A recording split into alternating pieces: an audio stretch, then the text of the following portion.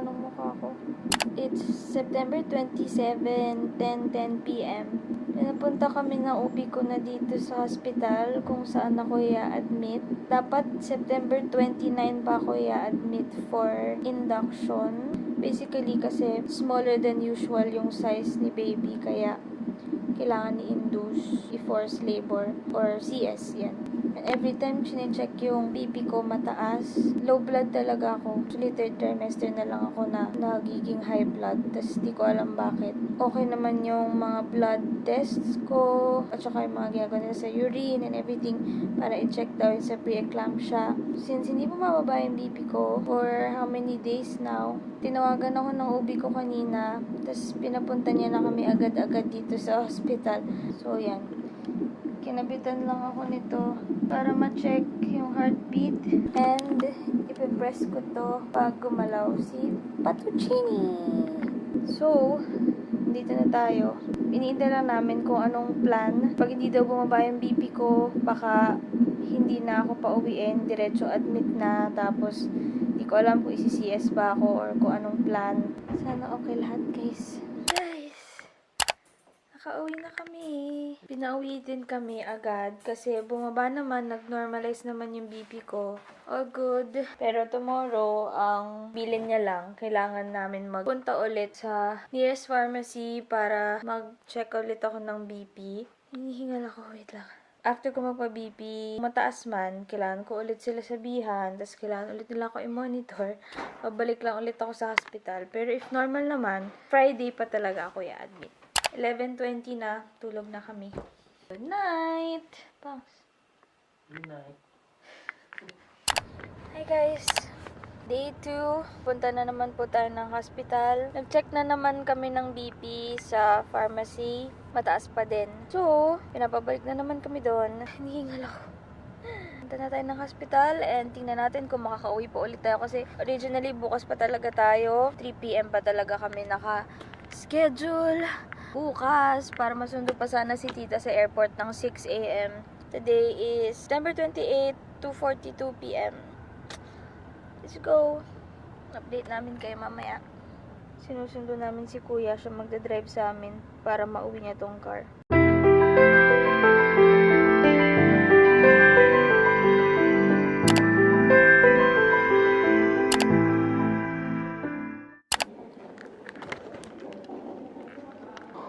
Ito na kami, chine-check ulit. Kasi hindi bababa yung BP ko. Tapos buti kumain na ako. Bumili si Pangs ng rice, chicken rice. Buti kumain ako habang nag-iintay. At pinayagan kami kumain dito kahit may nakalagay na no food and drinks allowed. But you know, pag buntis, bawal magutom. Pero pinagpa-fasting na ako. So baka i-CS na ako. 6 hours kailangan daw mag-fasting kung isi-CS. Mukhang hindi na tayo induce. Diretso CS na. Ay, excited lumabas to si Patuccini. Pupuntahan na daw ako ng OB ko. Half an hour. Nandito na siya. At pag-uusapan na namin kung anong gagawin sa akin. Mukhang i-admit na tayo, guys. Let's go!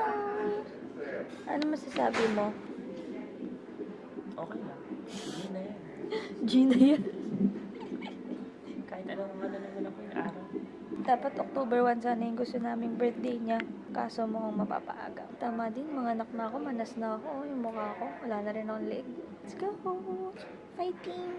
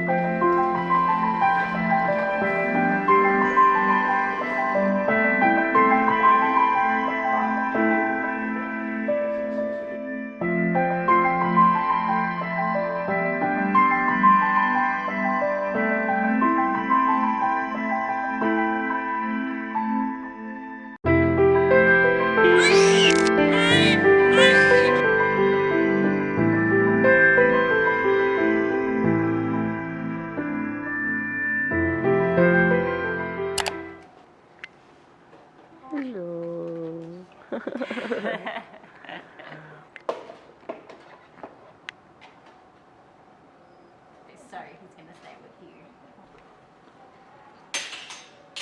Hi guys. So yun, tapos na mga anak si Pals. Ito si baby. Hello. Hello, El. Hello. Ay, sus. Ayan si Pals. Press na siya. Inantok siya bigla after ng surgery. Mabilis lang. Sobrang bilis ng mga pangyayari. Akala namin 10 p.m. pa lalabas si baby. Pero ginawa is parang mga 8 pa lang. Tapos na din. So, sakto lang din yung weight ni baby. Nasa borderline siya, 2.01. Hindi muna siya kailangan ng urgent nursery. So, obserbahan muna siya kung kumakain siyang maayos. Tsaka kung ginagawa niya ba yung mga normal na baby stuff. From there, doon pa lang magde-decide kung kailangan siyang i-ICU or i-nursery. Pero, tingnan naman namin hindi na i-ICU. Nursery, may possibility pa rin pero sana hindi na. Para kasama na namin siya pa uwi. Yay! Pams! Ayan, si Rani naman. Nakatulog na talaga siya kasi sobrang napagod daw siya. Kahit na CS, parang nauubos yung energy niya siguro after. Pero so far, okay naman lahat. Sana magtuloy-tuloy na normal lahat, pati sila ni baby. Hello! Sleeping ba yan? Nag-hi siya. Nag-hi si baby. Hello, fettuccine. Ano siya? Temperature din. Yung maayos. temperature niya maayos. Warm blanket. Warm blanket. Go. First morning na baby. Yan pa. Hindi pa naman. Pininik niya. Kamukha niya yung 4D niya, no? Hikab! Yung ay, naghikap pa.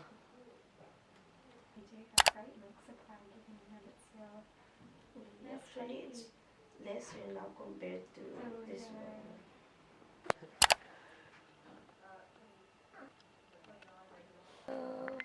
Finally, nagising na ako. Walang masyadong boses. Nandito na kami sa room and ang saya namin kasi room in agad si Azael. Yan yung pinagpa-pray talaga namin na hindi na siya maiwan sa nursery. And buti okay yung temperature niya, sugar niya, tapos yung weight niya, sakto na 2.02 siya. Kasi kapag ka under 2 kilos, tsaka kailangan talaga siya in nursery. Dapat before do kayo mag-discharge, at least maka 2.3 siya, maging 2.3 kilos siya. 8 na, hintay ko lang yung breakfast namin. Tapos after nun, tatry na natin tumayo for the first time. Sana hindi siya sobrang sakit. Sana kaya maglakad at makatayo. Update ko kayo mamaya.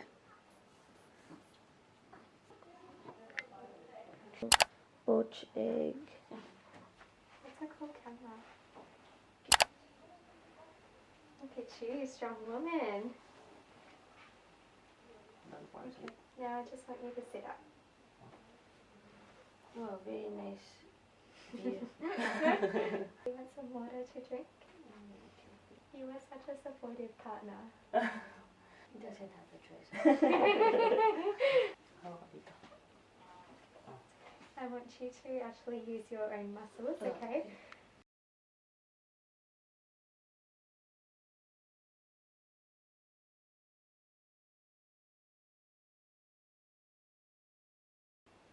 Okay, stay standing for a bit. Do you know what? Every woman that does this, hardest thing ever. You're doing so well. It's not easy. I've been to one. Here. Oh, Outside. sorry. Yeah. That's okay, I've got this still.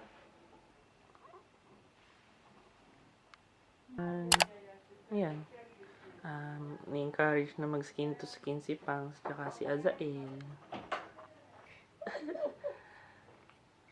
Smashed it. 5 seconds. There's no more. Sorry, Baba. And then just bring him forward. Yeah. And just pat his back. Mhm. There you go. Did you hear He- that? yeah, So he that's burped. his Oh, that's burp. so quick. Yeah, he does. It does. I find a lot of parents just do one finger Mm-hmm. or just like a little rub. You Oh, need to, Okay. yeah, not like Yeah, yeah, yeah, hitting yeah. him, but just like, Yeah. there you go. You can go back to mum. Lunch is served. Wow, seafood nga, fish. Walang kanin nga pala dito. Alala ko. Pwede naman ang bumili sa baba. Huwag na. Ito nga, angat mo pa. Best part of our program.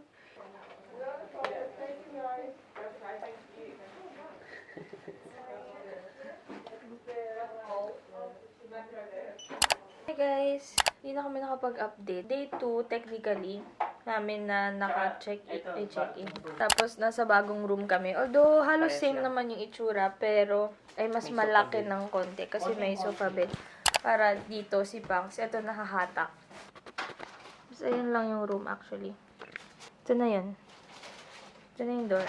Hindi na kami nakapag-update kasi syempre kinapapa namin yung mga pangyayari ng as in buong 24 hours na kasama tong Patuccini. Pero basta hindi kami nakatulog kagabi masyado. Nakatulog pala kami kasi kinuha muna siya ng ng midwife niya. Tinabi siya sa nurse station para ma-monitor siya kasi nga sabi na non-stop iyak siya. Yun pala kulang talaga yung supply na naiinom niyang milk. So gusto pa niya ng more milk. Start siya 3 ml, 5 ml ganyan. Tapos until 10 ml tapos hanggang sa naka 50 ml siya in total na split naman. Din ang takaw niya.